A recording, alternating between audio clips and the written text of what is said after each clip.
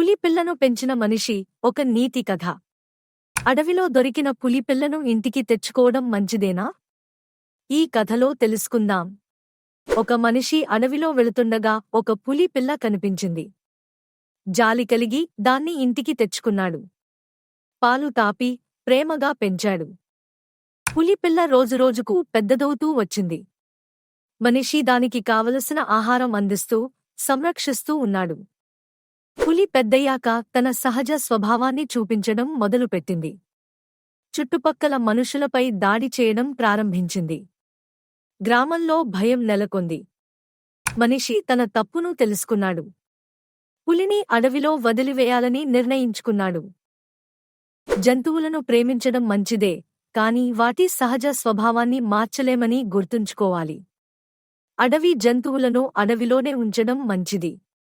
ఈ కథ మీకు నచ్చితే లైక్ చేయండి. మీ స్నేహితులతో పంచుకోండి. మరిన్ని నీతి కథల కోసం మా ఛానల్ను సబ్స్క్రైబ్ చేయండి.